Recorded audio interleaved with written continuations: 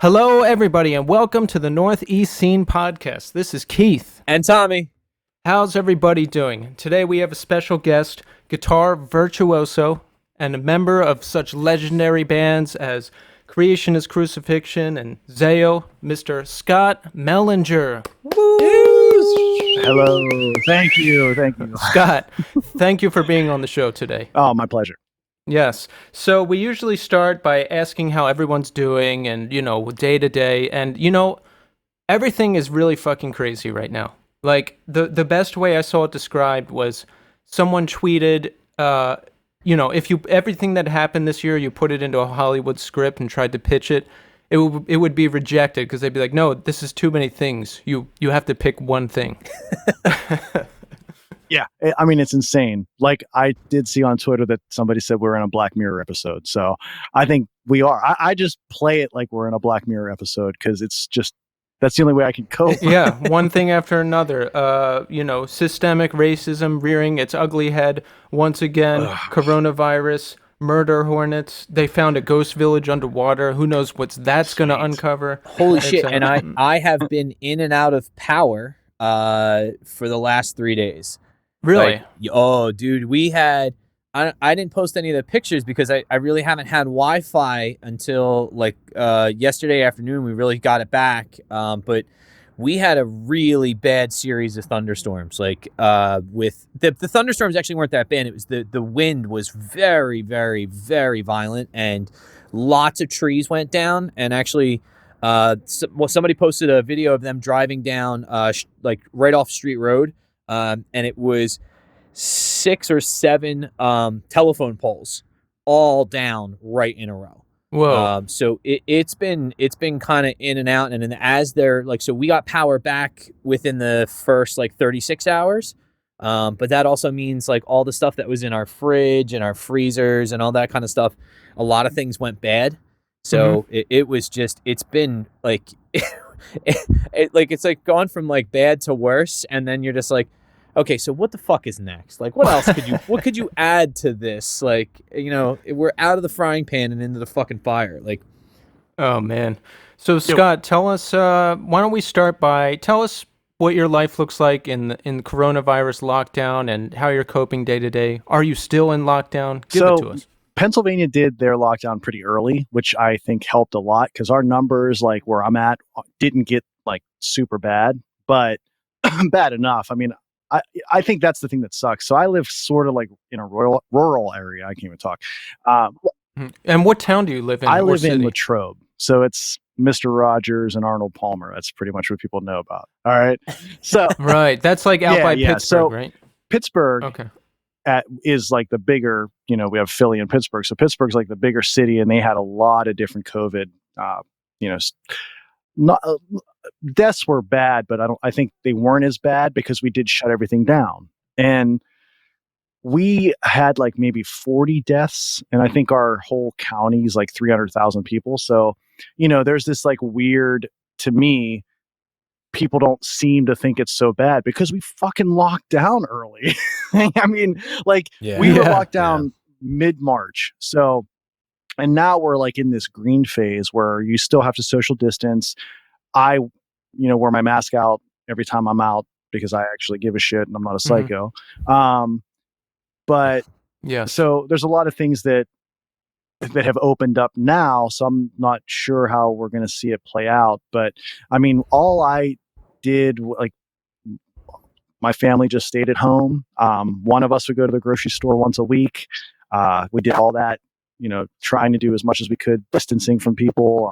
But it wasn't bad. I like being home. So I'm I don't know this. I don't even understand this whole, I want to go to the restaurant. Who gives a shit, man? You're just eating shitty food anyways. Might as well just make it at home. Exactly. I like this, I like being home. I like not having the pressure of social obligations and all this stuff. I'm eating better. I didn't have a problem with this now or before. No, I enjoy being home. It's nice to be I got projects to do with my kids. It's been, I know that it's stressful for some people for, various reasons, but we have a new baby at home. She just turned 8 months, and it's if I was at work, I would miss, 12 hours a day with her. And now it's like I get to wake her up in the morning. I get to feed her breakfast. Like I get to spend all day with her. It's time 100%. I'll never get back. And I'm glad I'm at home with them. Like it's just been really nice. Yeah. No, I was gonna say my daughter's 11, and people will say to you like, "Oh, it goes by so fast, dude. You have no fucking clue how fast it goes."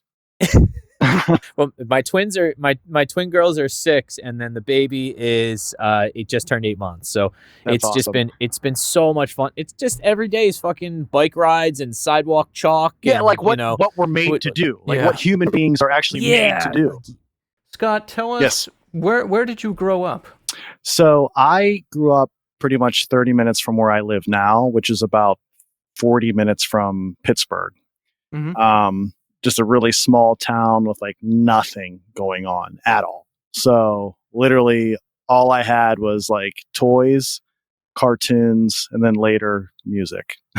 Yes. So, did you learn to play guitar before you discovered like the scene and everything, or did it go the other way around? Oh no, I learned how to play like right around 11 or 12. So I got my grandfather played guitar, and watching him play like totally interested me, and then started kind of down that path. And then when I heard Master of Puppets, that's when I wanted to play guitar. so Yes. so like I started taking lessons around 12, and all I wanted to do to teach me was Master of Puppets riffs. And that, I took lessons for a year, but I was like, I just want to play like riffs, so I don't care. But he did kind of beat some theory in me and some other stuff. So did that. And then it wasn't until like a few years after that I found the hardcore scene. And tell us about that.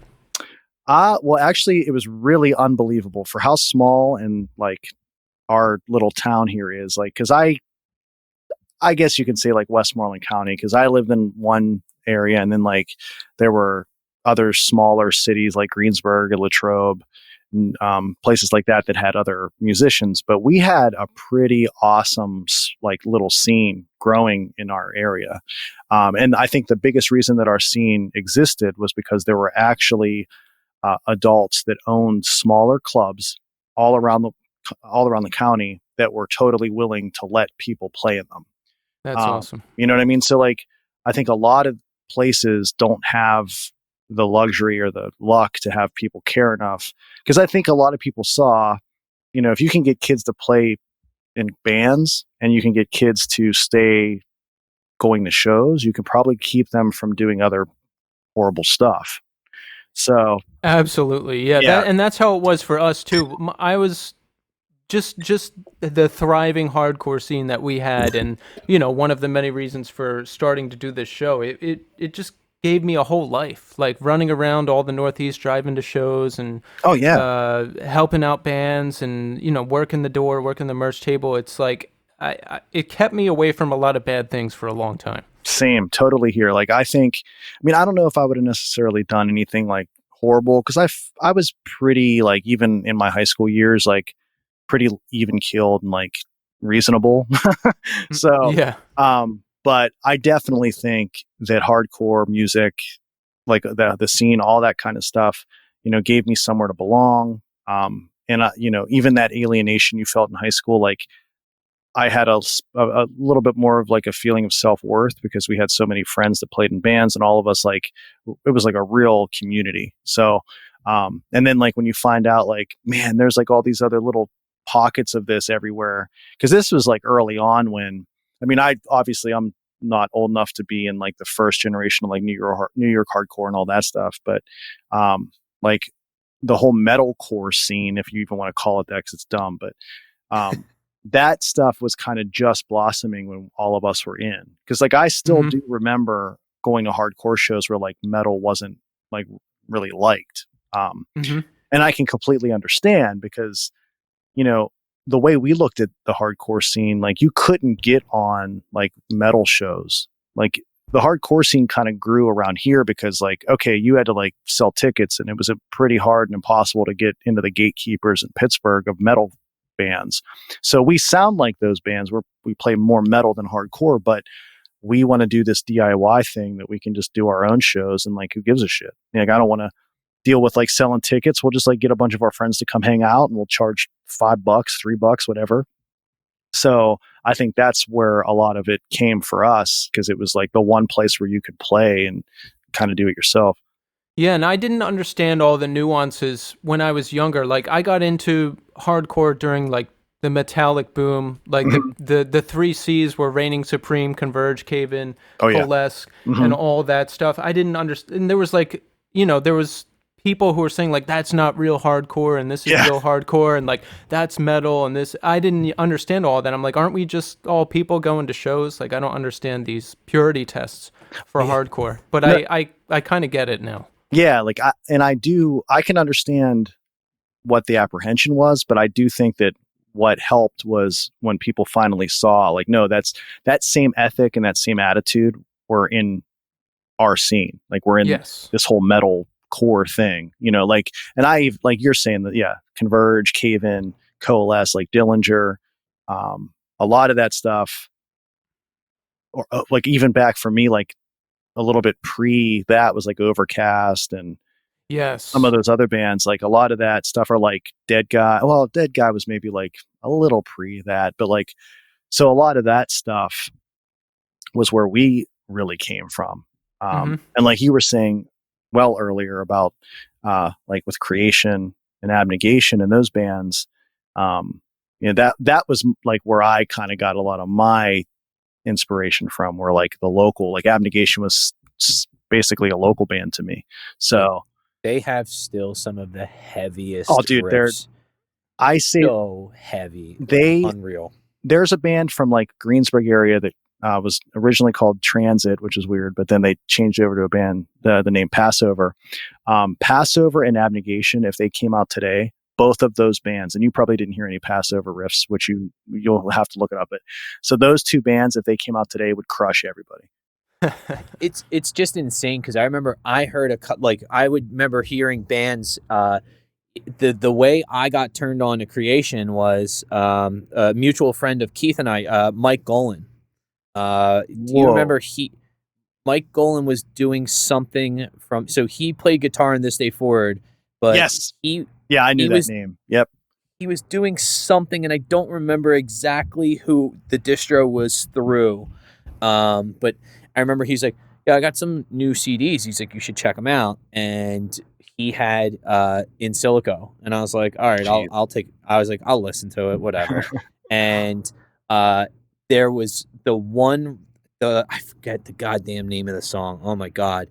But as soon as I heard it, I was like, okay, I'll buy this. Like, I was like, I don't care what the rest of there could be 40 minutes of silence on the rest of this fucking CD. Which there sometimes were. That was the running joke. Is like, I just like turn it on and be like, what is this? This is like, and then I remember that's how actually it was one of those things that I had no idea who Turing was. I didn't know like there's the Turing test on the one CD, and I was like, who the hell is Turing? Let me look this up. And then I started reading about him, and I was like, oh my God, like this now, all of the kind of pieces I had started to put together by myself, like started to make sense. And then the entire like idea of like hacktivist and all that stuff started to kind of like the Carbon Defense League all started to culminate. And I was like, oh, these dudes are like super into tech stuff, like not tech metal, but like the just technology. Tech. Yeah. Yes. And I think that was like one of those things that there's a, like, Keith, if I'm getting too off track, you can totally pull me back. But don't worry, I will. Okay, there's a YouTube video of Creation playing in a basement in Philly at this venue called Fun-O-Rama. Okay, and there was a guy that was touring with you, and I'm not sure if he was like merch or what was it. This was, I think, around 2001. Okay, and they started playing, and I remember Nathan started talking, and he got in about maybe a minute and a half, 2 minutes, and somebody in the middle of the crowd just goes, "Shut the fuck up!" Oh man! And I was like, "Oh no!" And the guy who was touring with them at the time like pulled the mic and was like, "You do not come up here and be disrespectful. He's trying to educate and trying to talk." And it's like, less talk, more rock, fucking play some metal, dummies, like screaming at people. And I was like, oh, they are totally going to walk out of this fucking show. And I've been waiting forever for these guys to come around. That's incredible. Actually, that's the thing that, like, I left the band in like 99. So, but a lot of like the recordings and a lot of the stuff that happened kind of happened pre that. I know they did some writing after I left, but a lot of it was when I was still there. So I was able to see a lot of that stuff. And yeah, Nathan, the singer, he was on a different level intellectually. It's insane.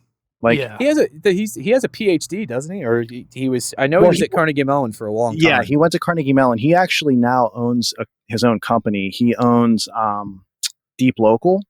Okay. So, and they do a lot of like advertising work, but it's all with like super artistic, super well developed craziness. I mean, they've done stuff for. One of the coolest things I've seen them do was they were working with the Flaming Lips recently, and they were coming up with ways of making like just household items like an apple or like fruit, putting a sensor on it so you can actually like play music through it. What? Yeah, dude. Wow. I mean, the guy's just like it's unbelievable, and it sucks too because I was friends with him in high school, and Creation was basically like my high school band. We toured right after we all graduated and everything. So like it was like he was on such a level that for me, I was still like, I wasn't able to appreciate all the things he was actually into because I was just too dumb. Like it took me so long to like even after I was in Creation to really recognize and realize that the true, like, man, the dude's he's just so smart. He's a genius for sure. Yeah, I feel the same way. That band was on another level, and I didn't really understand everything the band was saying at the time, but it's so fascinating with like the reverse hacked Game Boys and just all the stuff they did with noise and ambient sound, and just, I mean, it was really on a different level. Yeah. I really look back on it and wish I would have been a little more understanding at that point, but now it's cool to kind of like be so kind of far from it, but I still talk. I actually have been trying to figure out a way to meet up. Nathan still lives in Pittsburgh, so I still talk to him here and there. But yeah, maybe now I'll be like, hey, I'm going to pick your brain a little bit because I wasn't so smart about this back then. I have a question. Is Nathan very verbose in conversation? Because I watched like a 2011 or 2012 Creation's Crucifixion reunion video on YouTube. Okay. And I think before they played their first song, he went on for like 20 minutes just, I think, talking about them getting to the venue. Like, is it like Tommy's like that? Like Tommy can talk. And that's why he's a great addition to this show, because sometimes I need to like take a breather and, sit back and he'll be able to roll with it. Like, is Nathan like that too when you talk to him? Yeah, I think too, like, I think you can kind of even see it. Like there's certain people, Tommy might be this way, but like there's certain people where like, man, their brain just kind of works a little faster than everybody. So like, yes, even though he doesn't realize he's talking for 20 minutes, it's because like he's already thinking about like 5 minutes into that conversation when you're still back in that first minute. So like that. I'm like that with like the shit that doesn't matter in life though. Like, me too, Nathan's able to, yeah. See, I'm phenomenal at fucking Simpsons and Seinfeld quotes. Quotes from Goodfellas. I'm super at. I can do entire sections of Goodfellas from memory. I hear things like in like normal everyday conversations, and I'll just go, so like, if I ever hear the name Karen, all I can think of is Karen. We needed that money. Like that. Yeah. It's fucking, my brain instantly that was actually goes a pretty to good Leota right there too. Look, this is 38 years of inside my own brain doing my own shit. Like, and that was sometimes they work and sometimes they don't. So how do you even write in Creationist Crucifixion? Because I hear those riffs and I'm like, what even is this? What were some of your influences? So all of us were like super into death metal, like musically. Like I could give a shit about what they were saying about it, which is kind of weird because like, like with the hardcore scene and where we came from, the reason why I like got so involved in that scene was because I really was interested in all the things people were talking about. But then I was able to like, there's a time when I'm like, I want to listen to your band because you actually stand for something that I either agree with, disagree with, whatever, or I just like your riff. So I will Cannibal Corpse will talk about cutting things up. I don't Yes. care. I want to hear the riff. Yeah. That's exactly so I'm a huge death metal. So I got into death metal and black metal in like my sophomore year of high school. Okay. And I got really into things like Incantation. There's some newer bands out now that I've just been like, I've like, not even newer, but like bands that have been putting things out for a long time, like Ulcerate. Oh yeah. God, what was the other band that I just found and I was like, they're so good. But like that like I didn't care about the lyrical content. Like Yeah. I don't even know what they were saying 90% of the time. Like that was Yeah. not something I cared about. But then it was like when I heard things like, Snapcase or Chain of Strength and stuff like that, I'm like, oh, this is something I want to jump around in the front and fucking sing along with this. Like, because I know the words and the words have passion to it. And dude, that's actually like, I think what prompted a lot of like the metalcore bands. Like, I think a lot of us were like, hey, we love metal, but like they're singing about the dumbest shit. So like, why don't we use that form, like use that style and then actually sing about like legitimate stuff. So, with like all that whole, like Abnegation was especially good with like that kind of, either animal rights or, environmental stuff. Like, so it was really cool to me seeing bands do that, where they were like taking from bands like that, but they were also singing about something that was important enough that made you listen to them. Yeah. So yeah, but totally, like Creation writing all came from like Morbid Angel, Suffocation, anything. Yeah. All that, Deicide, all of it. Yeah. And we did, so Paul, the other guitar player, came up with this super weird tuning that made absolutely no sense. None.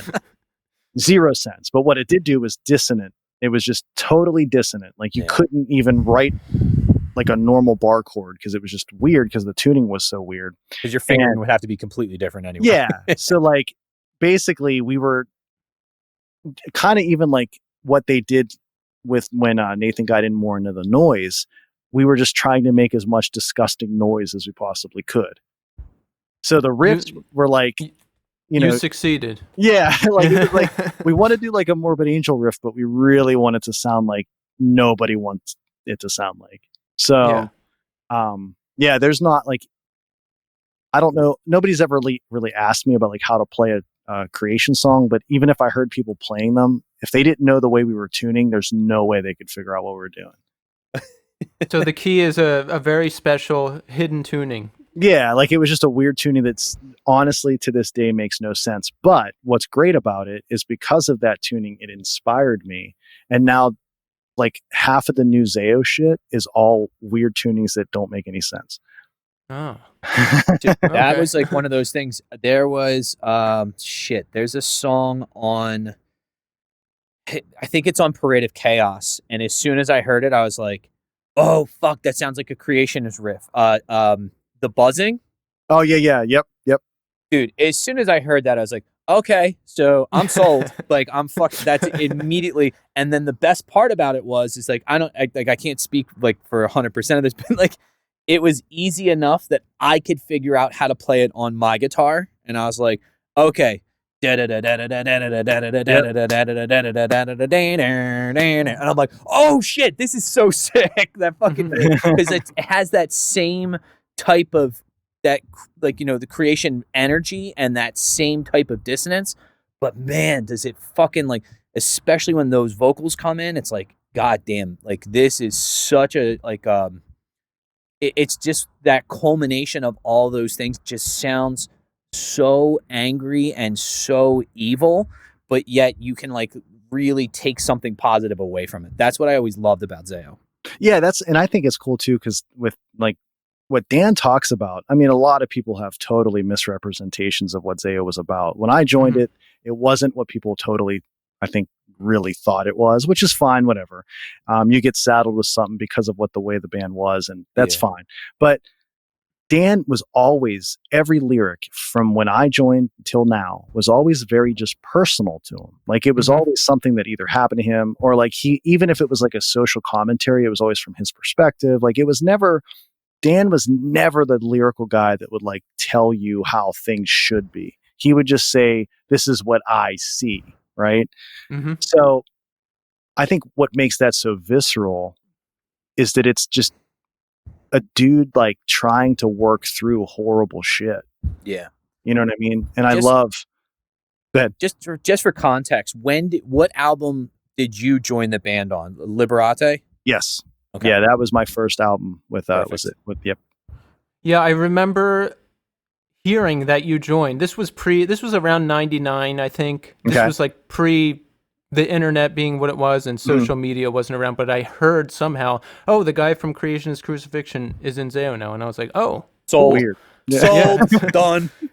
So so the first album you appeared on was Liberate? Yeah, Liberate was my first record with them. But I like the cool. I say in a couple other interviews I've done, but like I've known Russ and Dan. I've known Russ since like 9th grade, so I've known all of those guys for such a long time prior to even joining the band. And it like Zao was started in West Virginia, so they were like a 3-hour drive from like Pittsburgh area. But when Dan and Russ and Brett joined, I mean, they essentially became a local band to me because then they were, these are the guys that I grew up with and we're all close friends with. So when Brett left, it was almost like a no-brainer because like I said, I knew Russ and Dan for such a long time that. And how did you get the call? Like, were they like, hey, we need someone, and then you go down to try out, or? Well, I think Creation did play some shows with Zao because there was a time when that didn't even matter. Like it wasn't, separated. Even the Zao that was like relatively religious, like Creation still played with them. So I knew Jesse from that point, and we just always kept like a friendship. Even though we disagreed, we stayed friends. And then when Brett was talking about leaving, Russ, I mean, I talked to Russ that whole time because we would always like go back and forth with riffs, like he loved Creation stuff. And Russ and Dan did bands prior to Zao that were really dissonant and like more like a Creation type style. So we like would always like riff. What would you call it? Like bust each other's balls with the riffs. Like I would be like, yeah, that's my riff's better. Too bad. And then he would write a riff and I'd be like, you just fucking ripped my riff off, dude. Like I can tell. But so we would bust balls on each other for that stuff and stayed friends. And when Brett left, Russ was like, dude, if you're not doing Creation, like this is really dumb for you not to just join this. So you left Creation before you ended up in Zao? Yeah, like I quit Creation, and then I think of like maybe like 2 to 4 months went by before like the whole Zao thing started. So why did you leave Creation? I think honestly, from my perspective, was that I felt, I don't even know how to say this. Like when you're young, Nathan he was just so smart, and like you just felt kind of unequal. And I was really not like mature enough to like take some of the ribbing. Because like as every band has it, like even with us, like there's always going to be a dude that gets picked on. There's always going to be picking on each other. Yes. And I think I like got too offended by some of that stuff. And then I also like Creation was kind of moving in a direction where not that I thought it was a bad idea, just I wanted to write more and play more. And there was a lot more like of the talking going on and the noise stuff going on. And I was like, man, I think this is great. I just don't know if it's for me. Yeah, and it seemed to become more of a movement than just a band playing shows. Because I remember they released like this book. Yep. And it had a CD with 2 new songs on it. But it was like it was like $35, and I was like 17 at the time. I was like, I can't afford that. So, but Yeah. I bought that. Actually, you know what was funny? I went out to go visit JD. So JD Foster was in a band he was in a band with me out here in like Bucks County. Okay. And then he left to go to University of Pittsburgh. Okay. I went out to go visit him. He was playing in a band. I don't know if he was playing at that time, but he was in a band called Crucial Unit. Oh, I remember Crucial Unit. Oh yeah. So he was the drummer for Crucial Unit. Okay. And he was like, you got to come out and visit me. And I was like, oh, okay, cool. And we went to that Mr. Roboto project. Oh yeah. Mm-hmm. We saw you guys. And then we went to some record store. I remember I had to walk up a flight of steps to get to it. And when I got up there was a bunch of Creation stuff I had never seen before. So there was a pressing of the CD so it was in silico, or not in silico. It was Automata, and it was there was a piece of bread in the front of or on the edge of the CD. So like somebody had taken the jewel case open, and there was like a sliver of like wheat bread like put in there. And Jesus. I was like, well, my CD is already kind of fucked up, and I keep it in my car, and it's like all scratched, and anyone might as well buy a new one. I think it was like $10 or something like that. And then I was like, oh, let me get the other one. And I remember when I got up to the, keep in mind I was like a teenager, so like I got up to the counter, and like I was like, here, I'll just take these two. And he was like, $50, and I was like, what? Okay. Like panicky me was just like, oh, okay, here's all of my, like, I remember I had to like scrounge for food like for the rest of the weekend because all my spending money that I had brought out to Pittsburgh spent on Creation and Crucifixion stuff. I can't believe like it was, dude, we probably only spent $50 to like record some of that stuff. So that's, I'm sure you could tell, but. So when you get the call to join forces with Zao, do you know the songs, or do you have to learn them? Like how do you like kind of try out with them? Well, the nice thing is essentially when I joined, this is when they were kind of already, Blood and Fire came out, and they kind of did away with the stuff prior to Blood and Fire. So I really only remember playing a few shows where it was just, I would play Blood and Fire songs. Yes. And then we started writing for Liberate like immediately. So we like went out and we were playing a good bit of Blood and Fire songs, and then a bunch of these new songs that nobody heard. So it was a little bit weird, but whatever. But yeah, there wasn't that much that I had to learn. And Blood and Fire, well, the nice thing about that kind of style of music is it's really not that hard to play on guitar, but it sounds, and this is always going to be like a fight. And for me, like far removed now, being a guitar player for so long, that I just don't care that much about technical proficiency or whatever. But, when Creation played, it was sort of like, I felt kind of cool because it's really weird and hard to play. And then when Zao would play, I would feel kind of dumb because I'm just playing like a bunch of open chords. But in theory, the open chords are going to always sound better. The more simplistic guitar and drums work together, it's all going to sound better.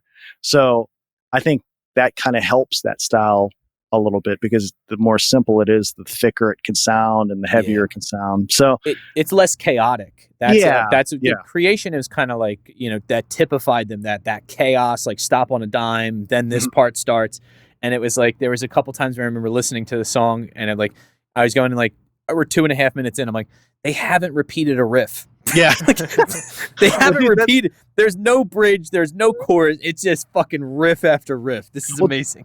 And I think it's super funny to me. I think about this kind of stuff all the time. So Dillinger comes out, right? And 43% Burn's going to like go down in history as one of the best riffs of all time. And the only reason it's like that is because that's the one riff you can actually understand.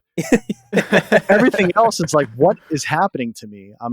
My brain's melting. Oh, there's a riff that I can remember. No, I remember like friends of mine who weren't involved in hardcore or metal or anything. Dillinger was my favorite band at the time, and I'd show it to them, and they'd be like downright offended. They'd be like, "What is this? This isn't music. Why did you give this to me?" Like, and dude, that's like, out of that whole scene, Dillinger's still one of my favorites of all time. And I mean, I don't think they're ever going to be touched. I don't think there's ever going to be a band. I mean, like Converge is on a different kind of space. Like, I think they're as legendary, but like Dillinger is just never going to be touched. Nobody's going to be willing to like do their stage antics ever again, I don't think. It was a time and place snapshot of like in history that I don't think ever will be able to be repeated. And I have a super unpopular opinion about Dillinger, and people, every time I say it, people are like, "Oh, okay, well, you've never spent time."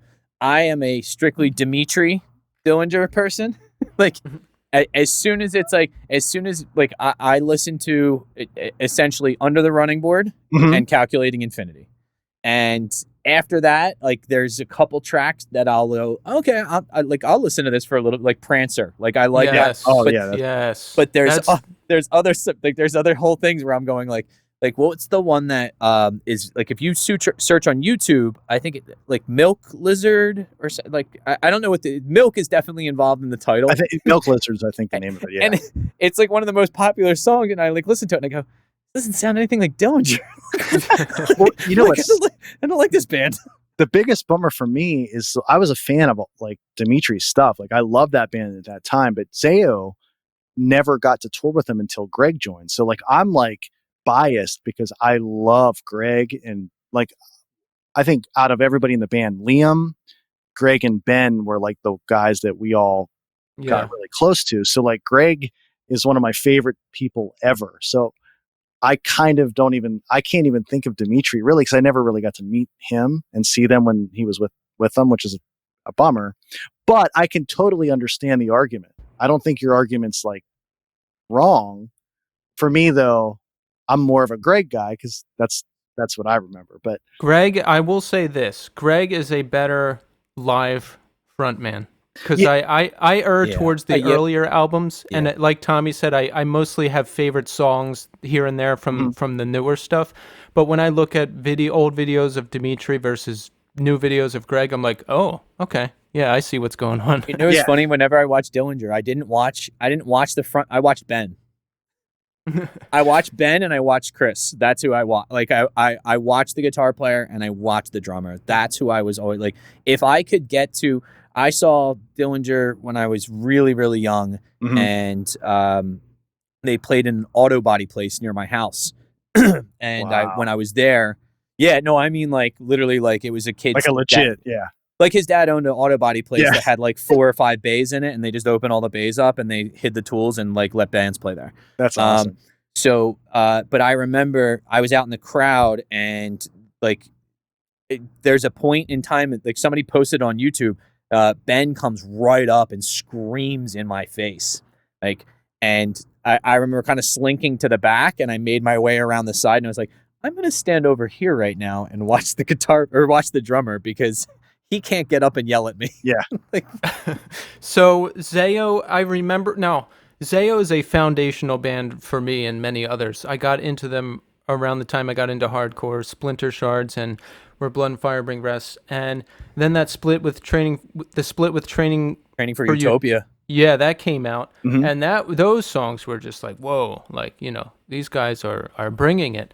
And so Liberate Te Ex Infernis was a highly, highly anticipated album by me and many others. So tell us about some of what was going on, like leading up to the release of that LP. Did you guys feel it? Were you like, how did it feel on your end? It is so hard to explain how none of that mattered. So like I've always looked at it like this, and I hate even saying it because it sounds like, oh, well, this is my philosophy on how I write. Like we were just like writing. It wasn't, we try so hard, and I still do it now, like where I don't really focus too much on like outside stuff, because I think there's two things that'll happen to you as a person and as a band. If you focus too much, you're either going to like be scared and write the worst record ever because you're going to worry about what everybody's going to think, or you're going to think you're way too great and what you've done is so good that I can't do wrong, and you're going to make the shittiest record of all time. So what we tried to do is we literally like just, it was the four of us, and as long as we were stoked, we were hoping people would be stoked. And I think we try really, really hard not to worry about what we think other people will think. I just want to make sure that I'm happy with it, because I think as a musician, when you are happy or when you are excited about a song or a riff or anything, that's going to translate to people. Because I don't know necessarily that there's like, I mean, look at how many times it's happened. Nobody, people will put out unbelievable records, and then the sophomore record will be garbage, because I think they like think how popular my first record was, people will just automatically like it. So I think if you spend too much time worrying about like how people are going to reflect on your art, I think you're going to make bad or less than art. I think you have to go into it willing to either, bare yourself and just try the best you can. And if people like it, you obviously be happy. But if people don't like it, that can't be why you wrote it. You know what I mean? Mm-hmm. So, I mean, to be realistic, man, Zayo's had some clunkers. So I'm not going to pretend like every record we've put out had like good from start to finish. but like, we didn't think about like, oh, we have to like write the next record to Blood and Fire, because like we don't even view ourselves still to this day. I'm never going to, like, I don't think anybody in our band looks at us as that. Like I don't think of our band like I put the pedestal of Converge, or I put a pedestal, like even in our scene, like I look at Cave In, like, I'm a huge fan of Brodsky and Cave In, and Mm-hmm. but for me, like I'm willing to take the ride with them. So like even if they put out Jupiter, people like get so shocked. I was like, whoa, I'm just going to take the ride with these guys because let them do what they want. But Yes. yeah, so we don't ever look at it like that. I don't think when we wrote Liberate, any of us were like, oh man, we have to follow up Blood and Fire, because even then, like, you don't really understand people liked it that much. I mean, shows were great, and that was kind of like our whole thing. As long as we can get to shows, play, and have people there that are excited, I guess we're doing the right thing. So we didn't even think of it that way. Yeah, I'm always curious about it from the band's perspective, because like for me as a young kid, listening to these records and seeing these shows, it's just mind blowing. It's like, oh my God. So, but I think for a lot of the bands, it's just like, we're just in it. Like we're doing what we do. And if people are reacting positively to it, then great. Yeah. And I think too, a lot of people don't recognize how bands perceive the shows. Cause like, you're brought up like, you go to like a Metallica concert, or like you go to a real concert, and that is like a show for you. Yes. The band's there, the show's for you. There's a whole production for you. So you just kind of automatically expect that the band recognizes that the show's for you. But that's not how it is for us. Like the Zayo shows we play are for us. Like I'm more excited about being there than most people are probably. Like I don't think people I think there's like a skewed view of like what a band feels like to be on stage, because I think we've been brought up to think of these people as somebody different than us or separate. But like, man, I'm just a fan that got to be on stage, so I look at the show in a different, it's almost the same light as a person coming to it would I would think. Like, and it's funny because the audience to me is like my band. I'm so excited to see people that are there, and I'm so excited to play for people, and I look at it as like I get the reward, not you. Yeah. Like, So what was your first show with Zayo? Now, because that must have been incredible. Like if I was on stage playing guitar with Zayo, like, and we go into Lies of a Serpent, like I would like probably kill myself with the guitar out of excitement. Like how did it feel for you? man, I kind of remember the show. Yeah. And it was in a pretty bad section of DC. Mm-hmm.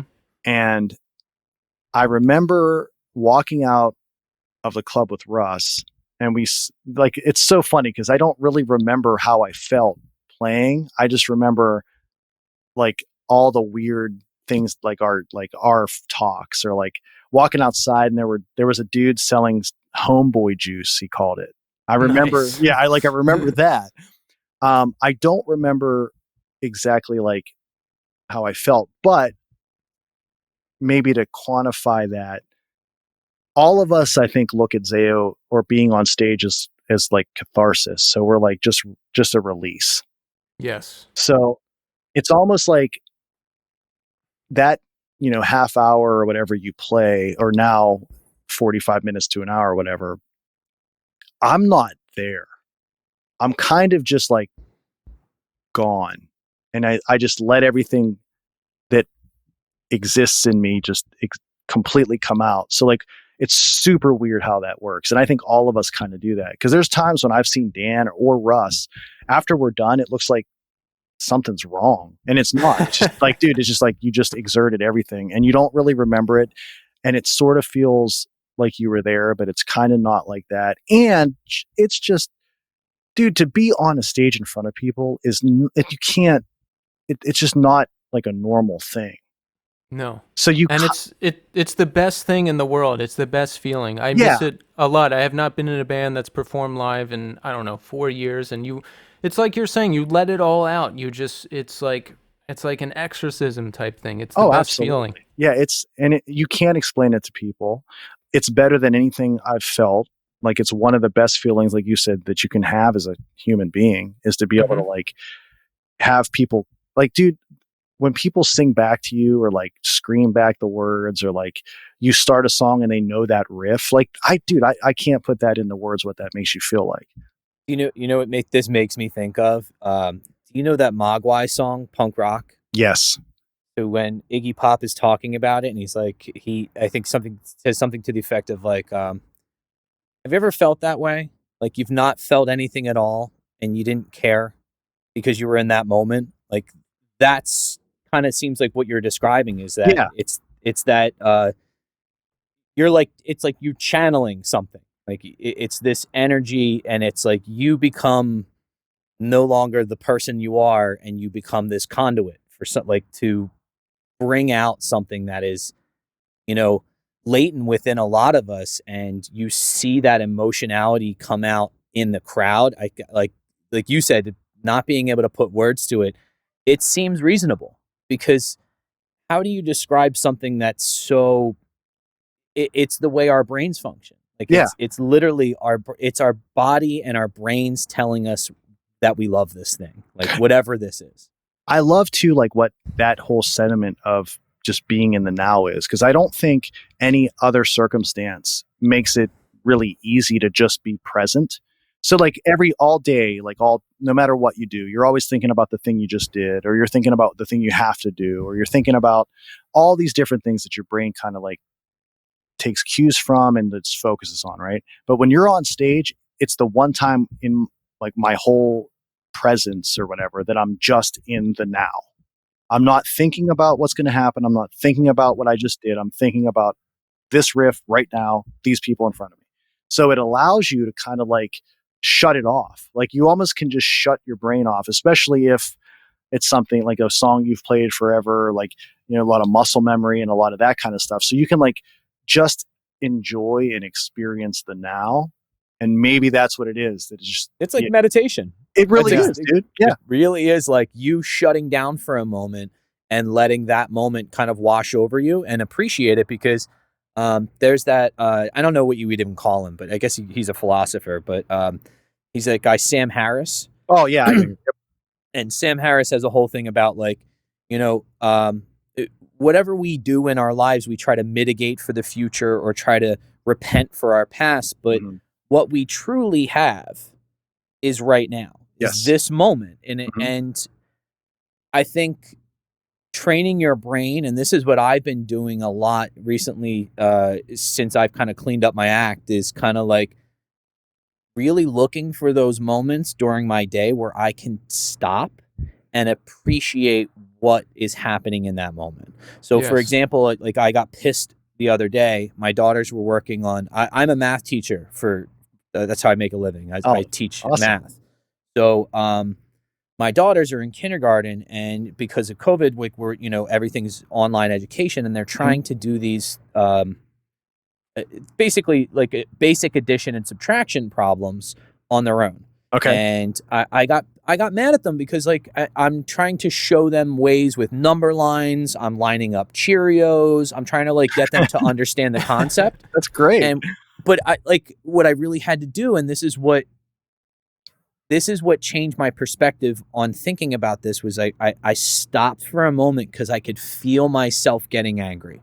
And Sam Harris talks about that a lot, is like recognizing the emotion that you're feeling, thinking about where its origin is. Why am I angry at this moment? And I'm angry at that moment because I was frustrated that the kids didn't understand the math. And then you look at them and realize they are 6-year-old little girls. This is an entirely new concept to them. And they need a basis of something that they can relate it to and something they can understand.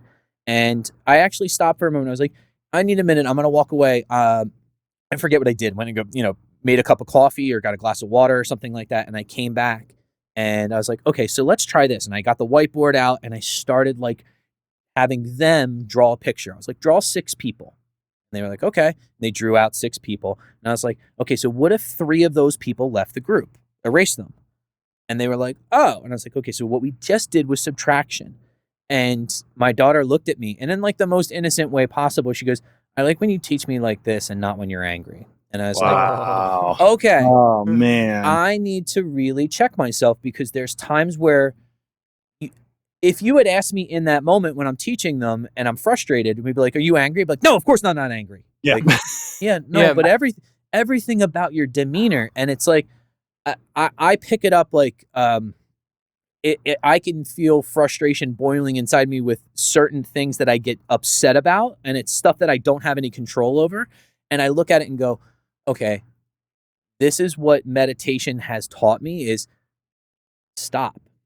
Yeah, being able to stop and take that pause and recognize what's going on and do the next right thing is hard. Not always possible 100% of the time, but if you can do it sometimes, it's great. Like before I do this show, I get nuts because I want everything to be perfect and I'm nervous and what if this goes wrong and what if so, my girlfriend knows like, okay, it's before showtime and I know I'm getting a little crazy. So I'm just going to go upstairs and sit there and prepare. And there's this bed of dramatic piano music built into the podcast. So I like play that and I just I'm like, okay, it's all good. We're just going to breathe. That's awesome. I'm sorry, I hijacked that whole thing. You were talking about being on stage. I'm so Dude, sorry. no, Like, I'm so glad you did because it really does. It kind of like puts into words a little better because that's really all that kind of stuff makes a lot of sense. Like you were talking about your daughters. I remember like being a dad, the one thing that like totally changed my whole perspective was understanding when she was little, you'd go to the toy store. You know how parents are shitty and like, you're not getting that. We're never coming back. Right. Yeah. But they could never understand the concept that their brains are forming. So that moment that they want that toy is like, there's not going to be another moment. They only understand that moment's the only moment. So they're screaming their head off because they don't think they're ever going to be in this store again, ever. yes. And I'm like, holy shit.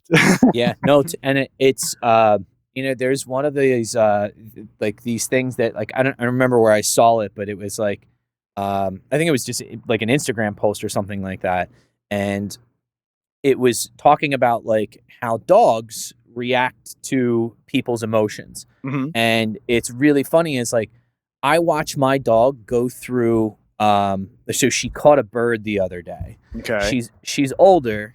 And she's not that fast, but this bird was definitely not paying attention and she snagged it right out of it was about to fly away. She snagged its wing. She did that thing where she like swings her head around and it was flopping around on the ground. I was like, oh my God. So I had to go over and get her. And she went from that instantaneous, like aggressive, I'm killing this thing to I was like, Bailey, get over here. And she like tucked her tail and was like came towards me and I was like, no, sweetie, it's okay. Come here. And she immediately stopped and like wagged her tail and was like, oh, okay, I'm not in trouble.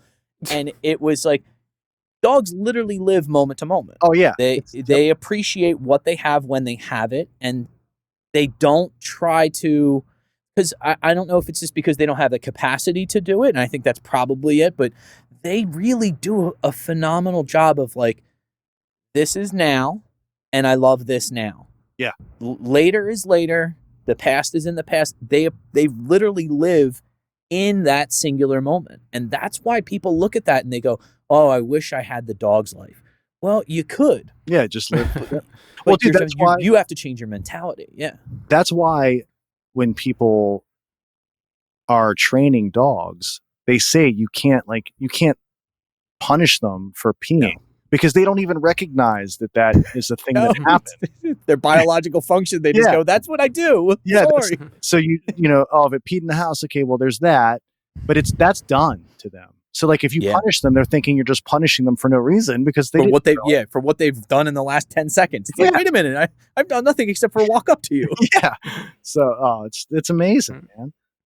So the first time I saw Zao, Hmm. it was at the Melody Are we in talking New about? Brunswick. I didn't even think we were talking about Zay anymore. All right. Oh yeah, I quickly yank us back on track. This is Keith. Keith is driving the boat. I will slowly stick an oar in the ocean and allow us to drift off to the side, and then Keith goes, no. Yeah, We're still doing something. Sometimes I'll even be like, make it quick. We don't have much time. Like, or like, no, we don't have time for a story. We got to keep Tommy, going. you're done. That's it. No more Byberry stories. We get it. So the first time I saw Zao, you were in the band, Scott. It was a show at the Melody in New Brunswick. It was a big show, like all day. You and I, Buried Alive, Good Clean Fun, Stretch Armstrong, Zao. And it was my first time seeing you guys, and it was like a huge show. And I bought a disposable camera because I wanted to capture the moment. And one of the things about Zao was like, I remember Jesse would like sit facing the other way with the drums and they'd kind of be turned sideways. And even though that's like a minor thing, it just always stuck in my head. Is that like, does he just do it, or is there like a discussion beforehand? Actually, the reason why he did that was because I don't know. I'm sure everybody that is a Zao fan or followed the band realized like how unbelievably hard Jesse hits the drums. Like that dude was just a powerhouse when he would play. So he would turn his drums opposite so he could actually hear better for the guitar work. So it was like almost like to aid in monitoring everything. Yeah, because then he's like, instead of him being behind cymbals and super loud, crashy cymbals and super big, loud drums, he was the one thing that was in front of all that. And then the guitars would be able to actually be heard better because he wasn't covered. Now, when we would have, he kind of did it aesthetically too. So when we'd have monitors, he would do it sometimes. But I think too, even when he would go backwards like that, what I always loved about it was it felt like we were closer as a band. Because like drummer, instead of him being behind a set, he's like right here. Because you're going to hear the drums. It's not like turning them anyway is going to help. You're going to still hear them even if he's turned around. But it does look more like everybody's in one spot instead of him being behind something. So I always thought that was cool. Yeah, visually it was always striking. And one of the most memorable times I've ever seen you was, we used to do a lot of insane shows in our hometown in Bucks County, where Tommy still lives.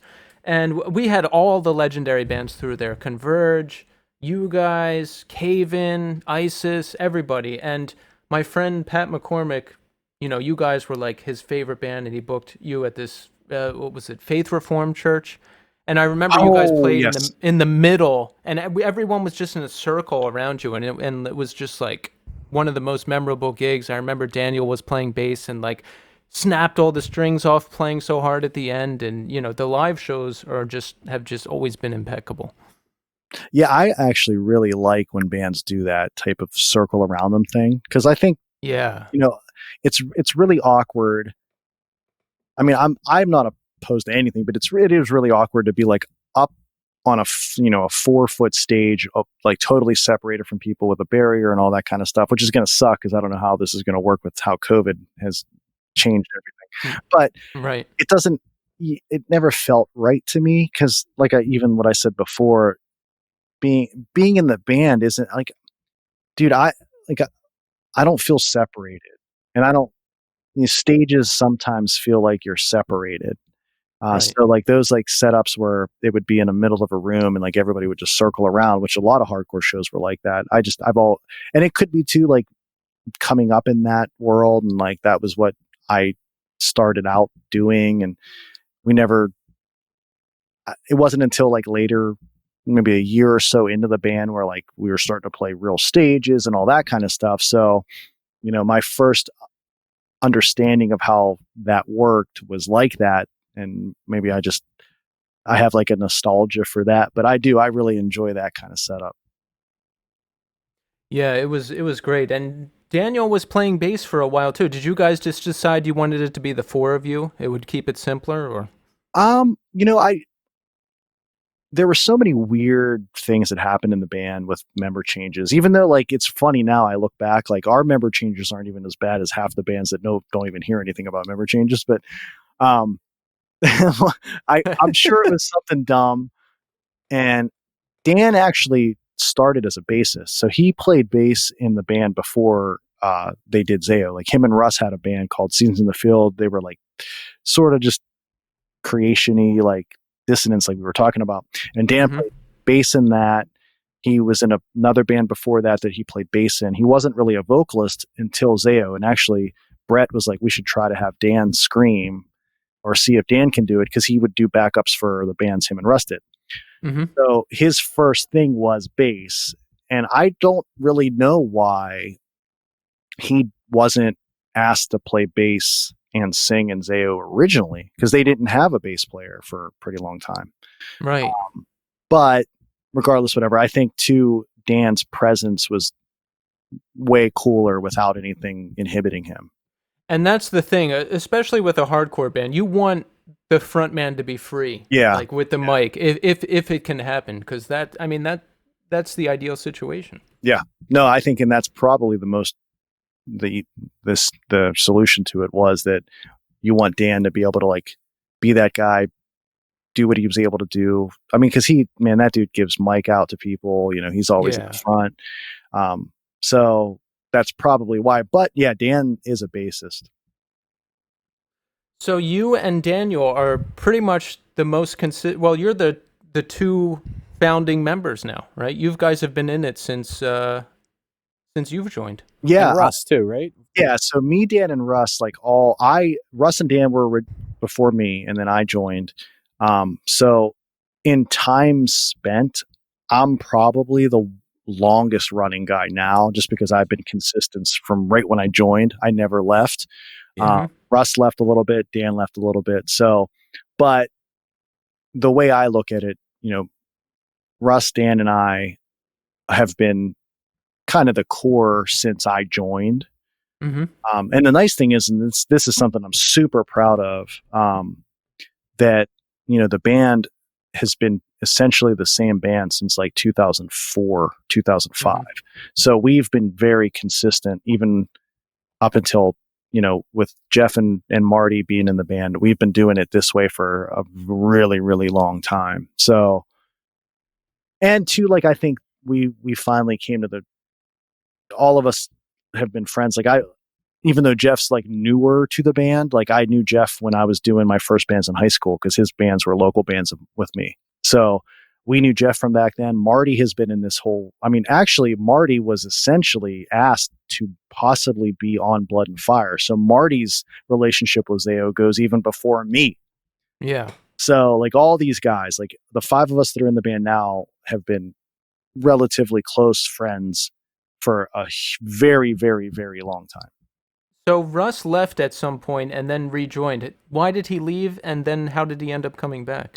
I think there were so many instances where ego and personality clashed. And I don't think Mhm.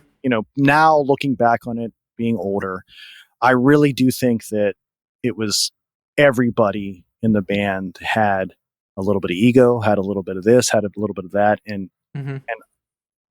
not really like empathy and compassion for each other. So, the whole, as it looked like possibly that Jesse was this big problem in the band, I think that a lot of us really missed that he was going through a lot of mental struggle. And I think if we would have recognized that, and we were all young, we looked at it as like him being an asshole to us, but I think a lot of it was like he was dealing with a lot of things that he never brought to our attention, and Mhm. probably put him in really bad situations in his own being, right? So Russ left because there was just that turmoil in the band, and he felt that it wasn't going to be something that would stay consistent. So he wanted to go to school so he'd have something to fall back on, because, being a musician's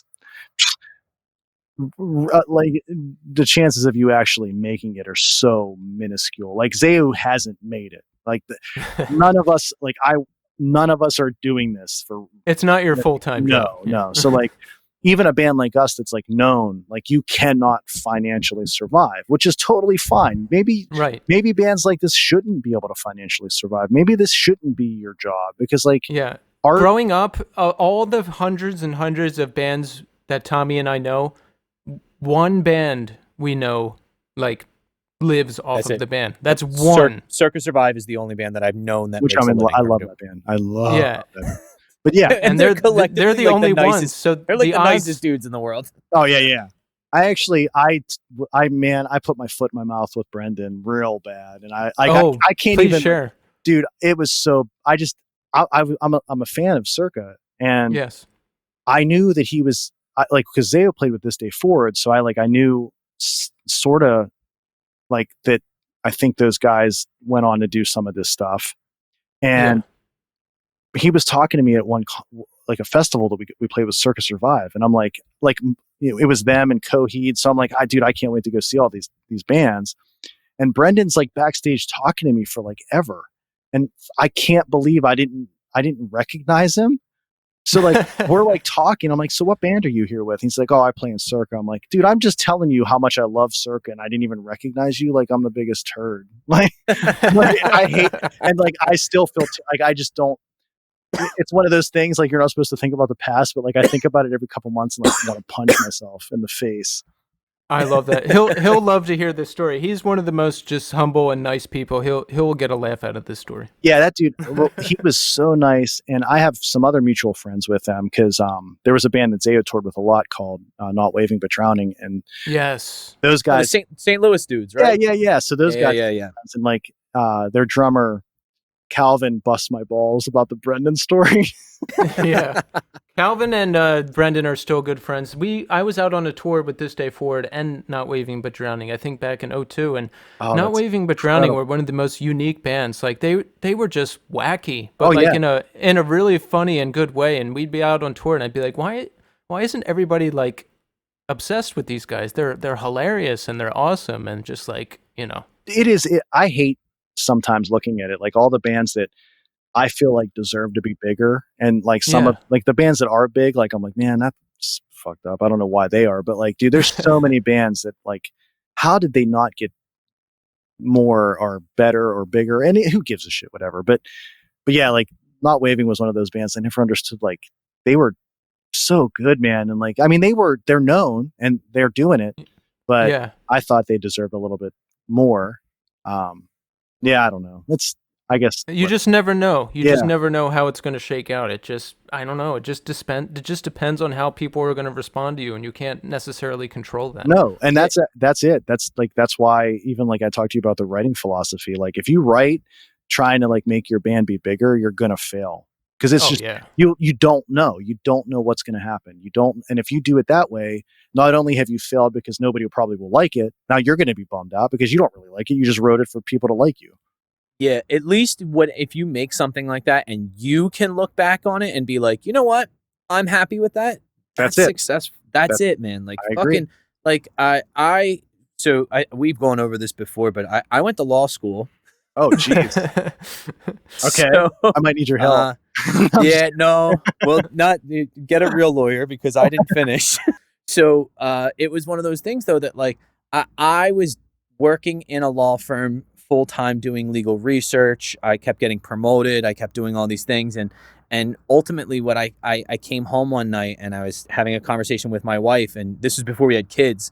We were sitting at like our dinner table and she was like, how was work today? And I was like, I don't want to talk about it. And I was like, well, you know what? How was your day? And she was like, oh my gosh, I had this little boy I've been working with for so long, and he's really, my wife does, she has multiple degrees in reading diagnostics, so she works with kids that have like dyslexia, dysgraphia, kids that have multiple disorders, and she teaches them how to read. So she does small group pull out with kids that are test in the bottom 5%. Okay. So she works with kids that are essentially struggling readers. And she had this huge breakthrough and she got choked up. She was like, he has been struggling with consonant blends, and today he was able to read the word stuck. And I was like, for some reason, I don't know why that hit me so hard, but I stopped for a second and she was like, are you okay? And I was like, you know how my day was? I filed paperwork to make sure that a mom can't see her kids until she undergoes mandatory mental health counseling. And she was like, that fucking sucks. And I was like, yeah, it does. And at the time I was like, you know what? I grabbed a pack of my cigarettes, I grabbed my jacket, I grabbed my wool hat, and I was like, I'm going for a walk. And I left for about 2 hours and I came back and my wife was like, what's the matter? I'm like, I'm quitting. I felt so terrible. We had just gotten married. My wife thinks here she is, like, she's supporting my stupid ass going to law school. She's literally supporting me, helping me pay bills. And then I'm like, yeah, remember how you thought you were marrying a lawyer? Why I don't want to do this. Yeah. In fact, I hate this. All right, I'm segueing back to music. Yeah, go. So Scott, Yo. Was there ever a point where you felt like you didn't want to be in Zao anymore? No. There were times when I would be unbelievably frustrated with how personalities were, but there's never been a time where I've been like, I don't want to do this. Because I just like, it's sort of weird. I'm like kind of all this kind of stuff is hard to explain, but so Zao is like the one thing, or like music is the one thing that I've done that I think, outside of like being a dad and all that kind of stuff, being a husband, like it's the one thing that like I feel I've accomplished something, right? So if I would lose that, no matter what, I think I just never would be the same. So it's something that I need for my own psyche. So I never wanted to stop it. Yes, I'm the same way because, I bands haven't really worked out for me. I had another one a couple years ago, and right after we put out the EP, everyone kind of quit or got fired or, whatever else. So I need to be involved. I need to be doing something. So when Tommy and I, put this thing together and started doing it, it was like rediscovering our past and getting to connect with all the musicians we love in the present. And it was, it's just an awesome thing. And it, like you said, I need to do it. Yeah. I need to do it. And that's it. A podcast can totally be that. Like it's just, there's something that you do that you identify yourself with. You know what I mean? So. Oh yeah. It's definitely like I was the opposite with like music. I went the other direction with like, I don't want to be in a band anymore because I was like, so I was in a band and I was actually, I don't know if I was fired or I was asked to leave. Either way, I wasn't in the band anymore. And it was devastating. Like I was really like, okay, so then how do I define myself? If I'm not this band, if I'm not this person that plays music, what am I? And I felt like the things that made me feel good about myself came from me and not a group of other people. I just didn't like the dependence on other people and relying on other people. And I think there's a big factor in that was like the trust. Like I felt like, hey, I trusted you guys and you guys were my friends and went behind my back and tossed me out.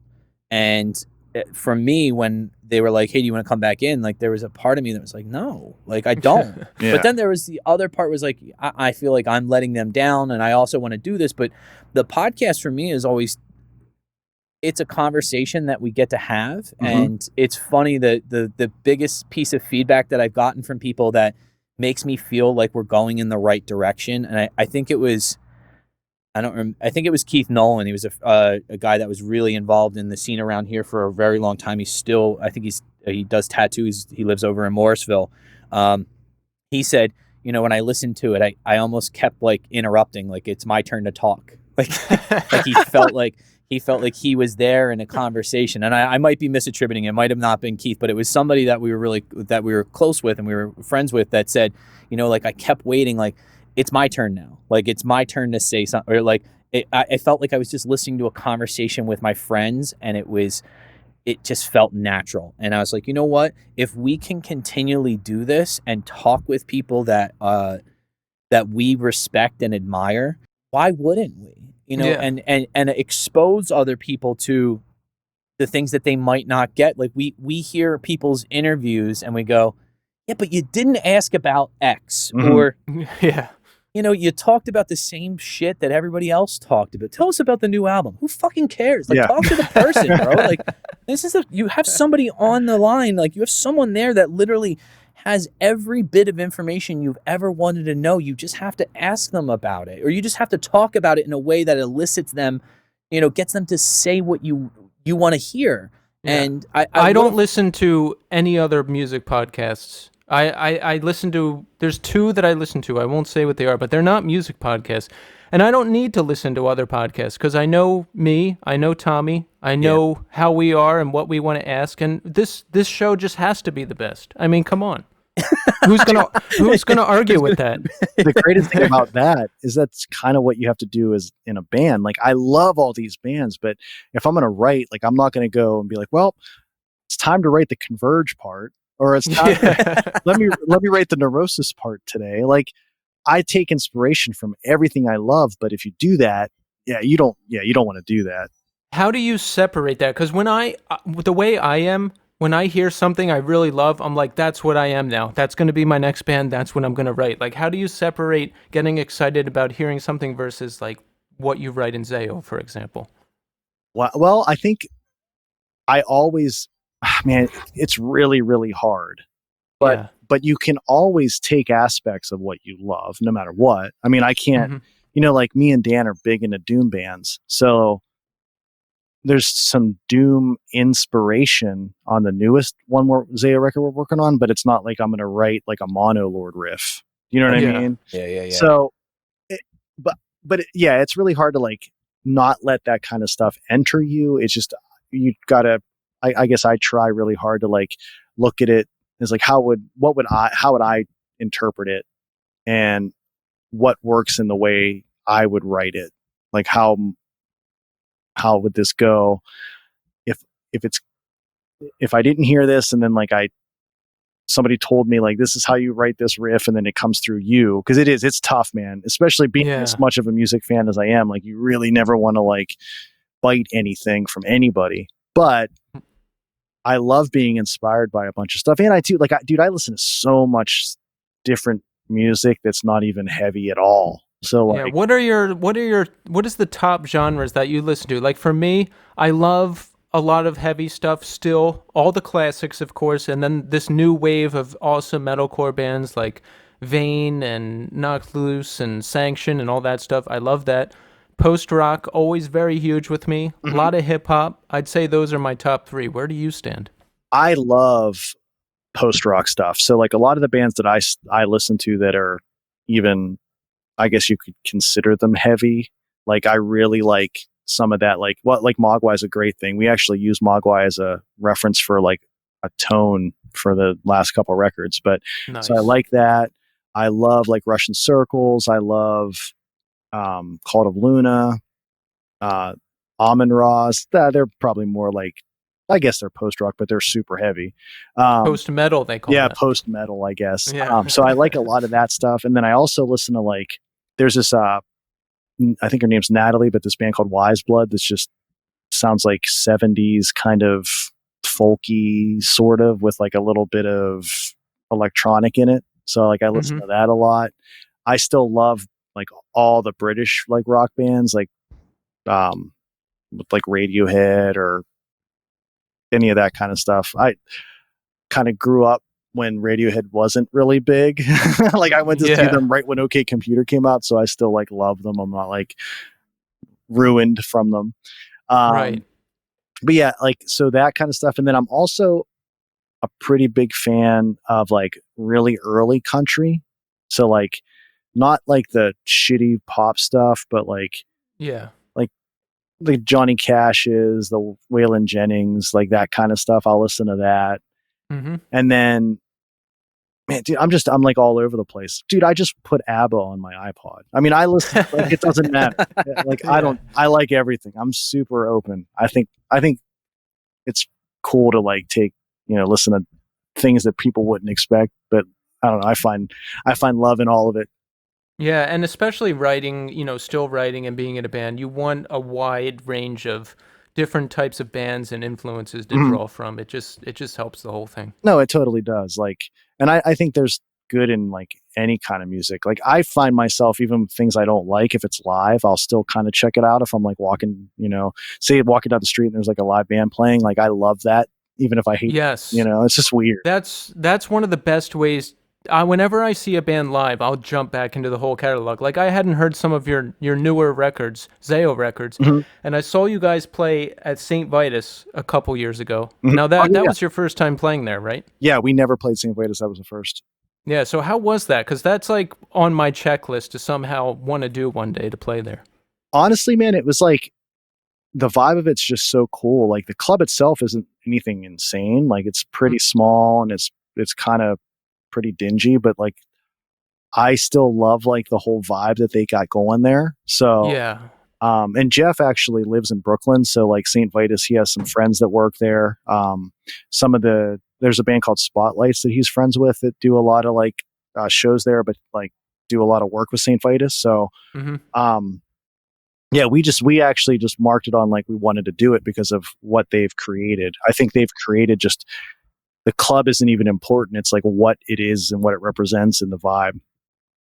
Right. And yeah, I live pretty close to there too, and I've just seen some legendary gigs there. I love, and the best thing is everyone wants to play there. So like if a band is reuniting or doing a big tour, like before they play the big show, they'll play St. Vitus. Yeah. And then I get to see that show. Like I saw Mineral there. Oh, dude, that's I really regret not seeing Hum there, but hopefully next time. well. I watched a couple. So there's a band that I absolutely adore called Yob. They're kind of like Yes. doom. They did a show there. I don't know how they didn't crush the whole building, but yeah, watching like or Neurosis did a show there. Dude, I don't know how like Dillinger did, I don't know how Dillinger did it, but they did. There's so many good bands that have played in that small little room, but that room is just so cool. Yeah. And so when I saw you guys at that show, it was a great show, and I was like, oh, let me see what's going on. And some of my favorite songs of yours are some of the newer stuff on Well-Intentioned Virus, and there's that single Decoding Transmissions Mhm. from the Mobius strip. There's a lot of good material.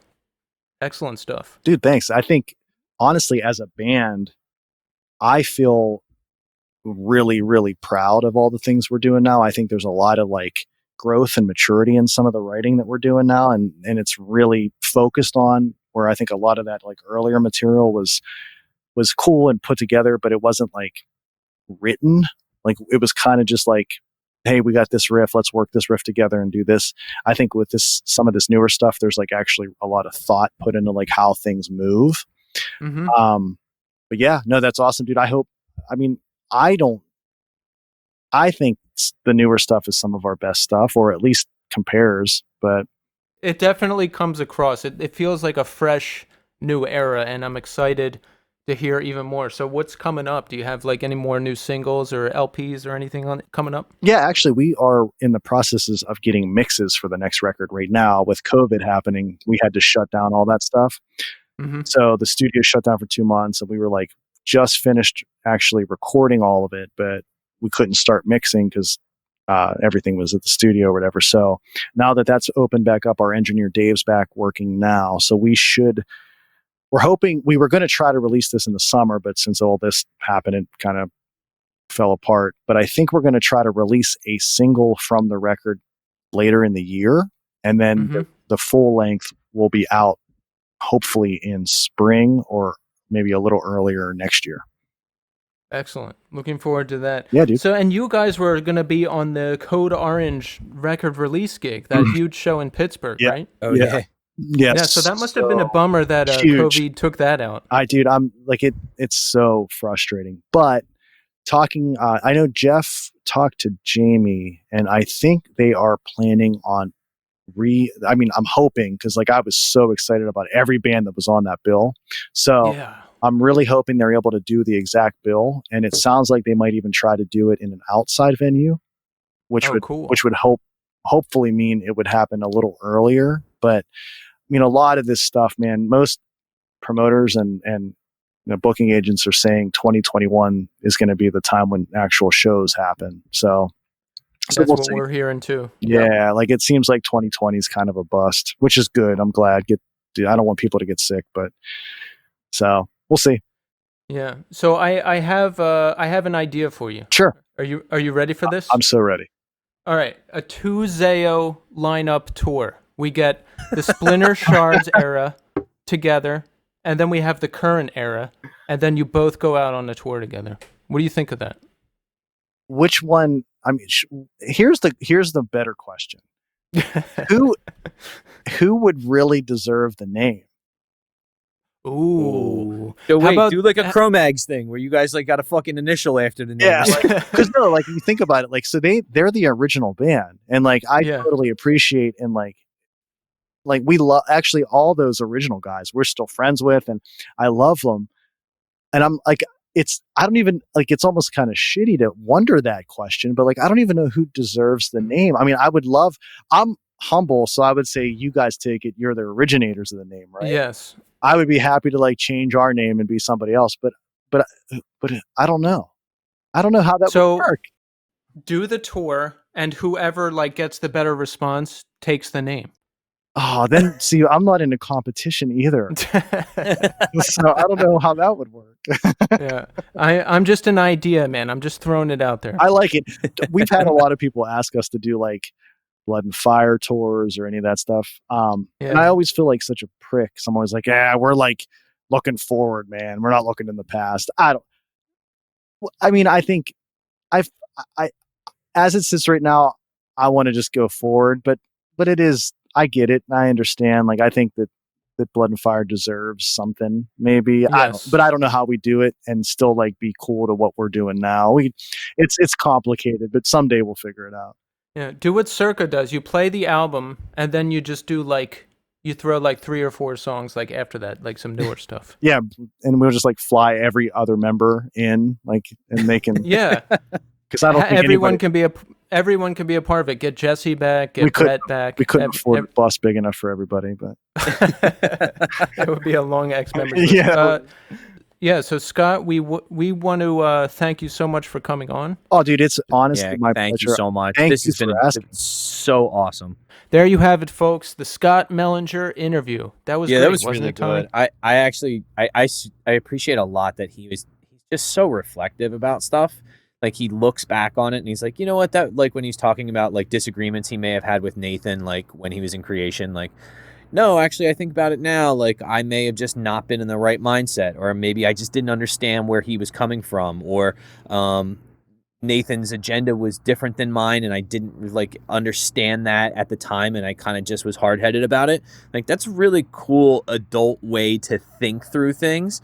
I think that's the only thing, though, that like it comes with time is that perspective. Like, I'm able to like kind of look back at something and think like, wow.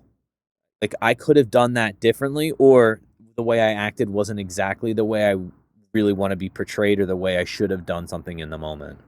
Yeah, and I almost interjected when he was talking about that because it reminded me of a situation I had in my first band where I was angry because I didn't understand something someone was doing and I just ended up quitting. And, you know, I've reconciled with that person, but that's what I like about this show is I want people to come on here and be able to talk about everything, like the stuff we got into with Bob Meadows, and you know, he told some heavy stuff, and he said he went and reconnected with people based on podcast episodes he's heard, and I want this to be a place where like people can come and really talk about stuff and just get it out, and I don't know, maybe we can help I hope people that's somehow. the thing. I think that's the other I listened to the episode with Brendan the other day when I was like, I was just like, let me just like throw it on real fast. And I made the mistake of like when I started it, I was listening to it on YouTube, and I just kind of fast forwarded by accident to like a random spot, and I was like, all right, whatever. And it was the part where we were talking about like, you know, just partying way too hard and like being dummies when we were like teenagers, like doing kind of like, you know, violent things or like, you know, stupid shit, you know, like just yeah. And it was like, as I was listening to it, I was like, wow, I hope there's younger guys out there, girls, or people that just listen in general that are like, you know, recognizing that one, you can change for the better. Two, You said something that was really kind of hit me, and I was like, shit, like that is a heavy, heavy thing to say. But you were talking about like, don't stop trying to stop, because it took me 16 Yeah. years and hundreds of phone calls, psychiatrists, psychologists, doctors, you name it. You're like, I tried it until I found what worked for me.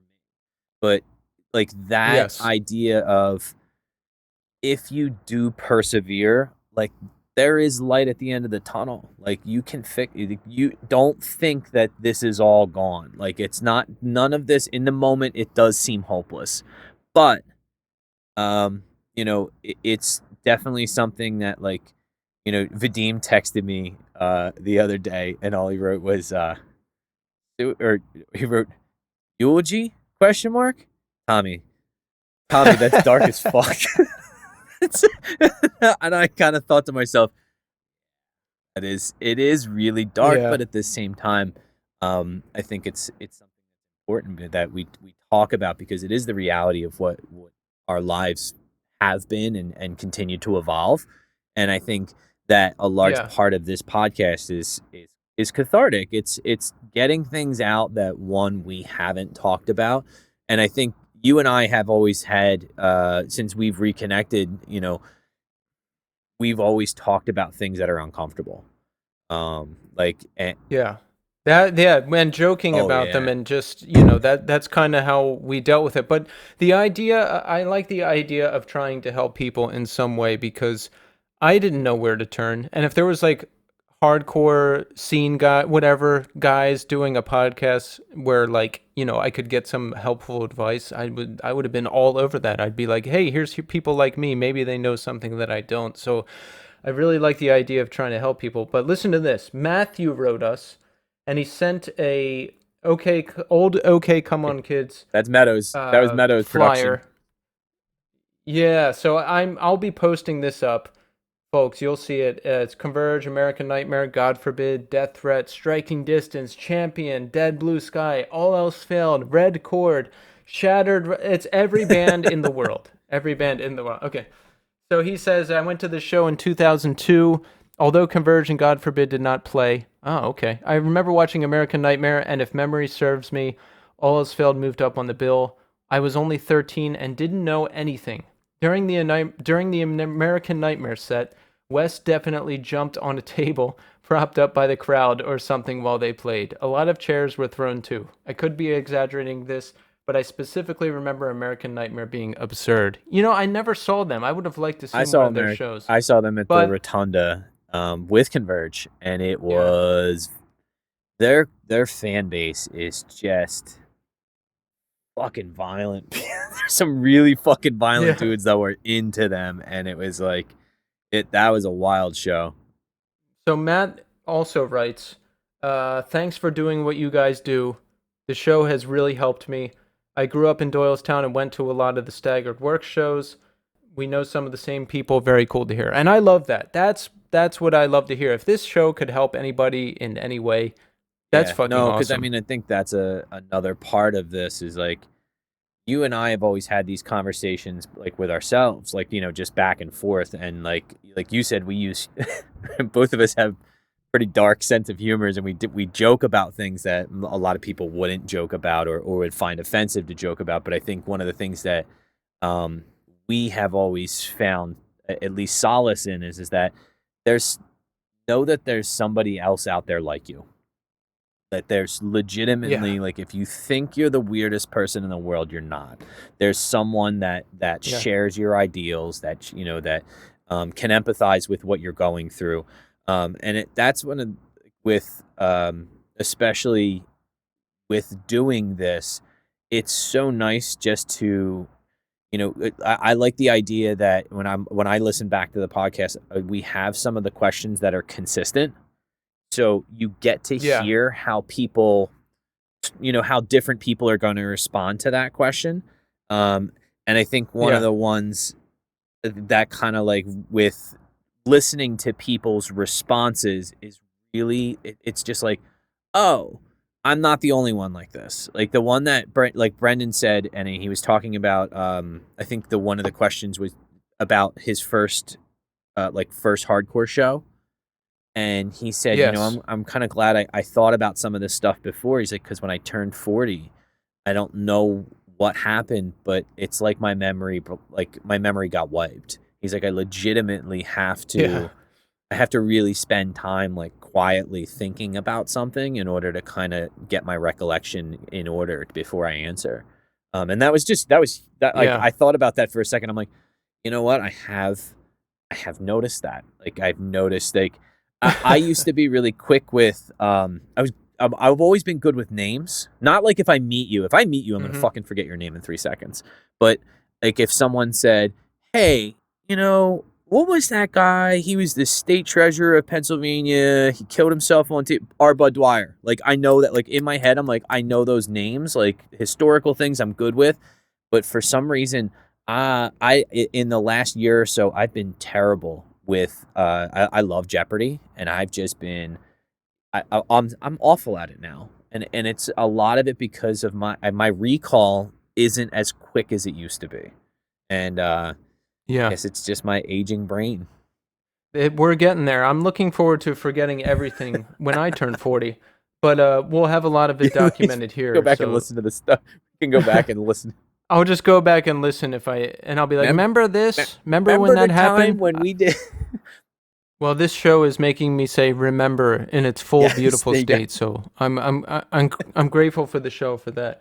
I also wanted to talk about just what's going Yeah, on like in the world right now cuz it's weird territory because I see a lot of infighting online like no, you're supporting it wrong. Post a square, don't post a square. There's so like every time I look to do something, someone is saying the opposite of what it should be. And let me say this.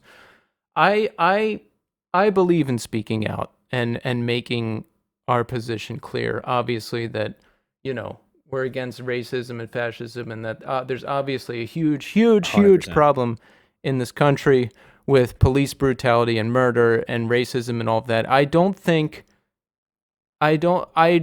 support people who have a platform and are not saying anything or just saying some platitude like vote. Just go Yeah, vote. Like what yeah. does that mean? What if I'm voting for Hitler? Like am I doing my part by voting? Like and that's a whole other discussion though. But listen, what how do you feel about this whole thing? So as like, so I teach in a school where like 100% of my students are black and brown. So I do feel very strongly about this. We actually talked about this a lot off the air yesterday before we started talking to Scott, and like Yeah, I wanted to get into this more with him too, but we had some technical difficulties and then we got started late and everyone had to jump early. So, I you know. think one of the things is what you said is that there's conflicting messages that are coming through, and there's times where I've seen things that have personally kind of been it. I mean, my initial reaction is like I'm angry when I see certain things, and I go, "Oof, okay, that's a rough thing to look at." I actually think a lot of one of the things I was really good at when I did work at the law firm was I was really good at looking at things in terms of what they call logical fallacies, and that's like Mhm. there's rhetoric has certain like when you argue with someone, there's certain kind of almost guidelines to be able to kind of frame your argument, things that you shouldn't be doing. So like, like for example, they call like one thing you shouldn't do is like an ad hominem attack. So like for example, Keith, you and I are arguing about something. We're arguing, I don't know, like abortion or something like that, right? Rather than talking on the issue, you go, Tommy, I know you had a DUI last month, so and I'm like, wait, what? Like you don't attack the person. You go after the issue. You argue the issue, not you don't argue from at the person, or the argument from authority, meaning like okay, so someone has a PhD in something, that means I can quote them, and therefore your argument is invalid. It's like no, like, people do research and study things, and it's like you can still be wrong about things and be extremely smart. For Christ's sake, Isaac Newton believed in alchemy. Like that's was a large part of why he died. It was he ingested mercury. Like he was really not. He was a genius. Like he came up with calculus. He fucking developed laws of motion. Like he did all this stuff by the time he was fucking 23 years old. Like he's a goddamn genius. He's probably the best mathematical and scientific thinker we've ever had. However, he made some wrong fucking decisions, man. Like and I think that's where we have to be is. I'm trying my best to not engage in especially the things where people are going back and forth. I'm not getting involved in any arguments. I don't like the back and forth, and I'm gonna do what I can on my part. And I'm working on a guest that we can hopefully have a productive discussion around this with. I don't want to say what it is yet, but hopefully that will pan out. But with what little voice we have, we would like to try to help the cause. And I think that's one of the where I get into where I get emotional about it too is like I think like I look at my kids at school and I say my kids like they really are like when I'm teaching, like during the year, they spend more time with me than they do their families. Like they're with me for, from 7:30, 7:45 in the morning until 4:00 in the afternoon. By the time they get home and go to practice or dance class or whatever they have after school wise, and they eat dinner and then do homework and then go to bed, the amount of time they spend with their families is minimal. They spend a lot of time with me. And I think that it's really, it's heartbreaking to think that at any point in time, I look at some of my younger, the boys I have in my class, and I think about how much fun they are, that, in a few short years, someone would ever perceive them as a threat. Like that breaks my heart. It really does, because you look at it and go, he's a little boy. He's a fun little kid that he plays 24 with me, and we play Uno at lunch, and we talk about Gangstar. We like the same music, and that if someone would ever treat him differently because of that, and actually we've started the conversation at home, and thank God that Kelly and I have always made sure that the girls understood that people of different colors, that nothing of that matters. You treat everyone the same, regardless of their, race, religion, creed, whatever. However, there's been a lot of stuff where they've come up with questions, and I go, I don't have an answer for that. Evelyn said to me the other day, and this is where, kind of what I got to with this was, CNN did this thing where it was Sesame Street hosted, a panel discussion where they had experts come in and talk, but it was facilitated by Big Bird, and Elmo, and the characters that you remember from Sesame Street when you were growing up, Gordon and Maria. Those people were on there, and they were talking about it in a way that was kid friendly, and made the girls understand more of the news aspect of it, because they knew hey, there was this video. Obviously I didn't expose them to the video, but hey, there was this video that came out. It showed a police officer doing something wildly inappropriate. As a result of this man died, and people are furious because essentially he was committing a petty crime. Let's be honest about it. He was trying to pass off a fake $20 bill. When you do that at the fucking casino in Ben Salem, they just fucking toss you out. They put your... Yeah. I saw today, someone mentioned Mark Wahlberg, the actor, he in his Wikipedia article, he has a whole hate crimes section that details all of his past hate crimes. And he still works, and no one ever talks about it. Yet, a man goes to buy a sandwich with a counterfeit $20 bill and is murdered. Let's not pretend that, this country wasn't founded on genocide and that, racism isn't a problem. That still exists. It's a major, major, major problem, and it's going to require such massive change to actually change. I really hope that this is the beginning of that change. I really do. There was a really well-written article, and I don't remember who had it. I think was, it might have been one of the more conservative sites. Like I don't remember. It might have been like Daily Wire or something like that. But they were talking about like what defunding the police actually means, and one of the things is that um, police capabilities in the last decade or so, maybe even longer than that, have really kind of militarized. If you've seen like what police Yes. look like now in terms of like when they go to execute a search warrant, when they go to execute a warrant on someone in a home, what it looks like, it is really, it looks like something out of it's very, very much a military operation, which I understand a lot of people that are in the police service, police force have, served in one of the armed services, but um, there's a difference between dealing with people in armed combat and dealing with the civilian population. It's a wildly different thing, and for And to a lot of people, and to a lot of cops and people in law, this is probably just a job. yeah, Like they don't give a shit about people. They don't give a shit about trying to talk to people, to help people. They're like, I just want to punch my numbers. I want to meet my quota. I want to, get this person out of here, whether or not they did anything, and then I'm punching the clock and going home. But I'm gonna switch gears now, and let's talk about the Yes. show. Now, we need more iTunes Yes. reviews. So if you enjoy the show and you listen to the show, or not iTunes, we need more Apple Podcast reviews. So if you listen to the show on Apple Podcasts and you enjoy it, rate us and give us some reviews, because apparently that helps podcasts. I don't know how or why, but it's a do thing. it. Do it. Yeah. And if you mess with Podbean, that's where we're hosted. Follow us on there. I don't even know if you can review on there or comment, but do it. Comment, review, rate us.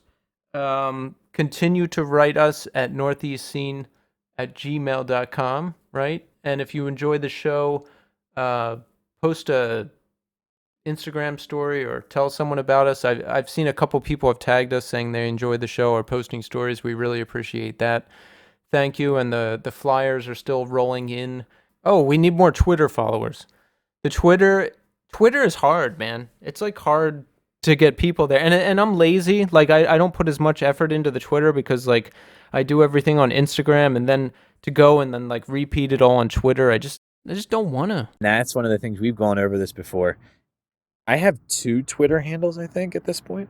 I didn't get it. I didn't understand it. And I thought, what was easier for me was I just went on Instagram and looked at people that screenshotted their Twitters, and I would go, that's how I'm reading Twitters. It's like when I see someone go, hey, did you see what so-and-so said? And then they like screenshot it. I'm like, okay, cool. Yeah, that's great. I for some reason, I don't know why, it just seemed confusing to me. It takes a long time to figure out. But if you're on Twitter, if you're in it, you have your mouth directly on the faucet. Like everything starts on Twitter and then funnels down to Instagram and then Facebook. And actually, I'm actually really seriously considering not having Facebook anymore.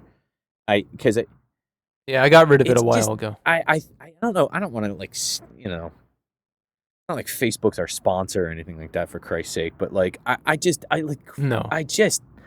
the more I go through it, the more I'm like, one, how is this deciding what I see? Because I see the same exact things over and over again. And it's the other thing is that I see, it seems to be, and I don't know if this is what you don't have Facebook, so you can't really speak to this, but like the infighting and the amount of like just ignorant back and forths I've seen. The only time I got into arguments like that were on Facebook, and ever since I sometimes I raise a little hell on Twitter too, and like, but yeah, a lot of that vicious back and forth always happens on Facebook, and I miss it. But I don't miss being on Facebook. I don't know. It's just not for me. It's overly it's overly dramatic, and then it's also this is a term I've been hearing recently. A lot of people on there that are just, as the term, tone deaf. Have you heard that before? Like when someone's just not, they're just not reading the room, or they're not reading society very well, and they're just like, here's some shit Yeah. that I think, and it's like, oof, like, yo, you didn't run that through a filter at all first. Continue to write us. Continue to listen to us. Thanks everybody for all your support. You know, we love this. We love hearing from you. So that's it. Until the next one.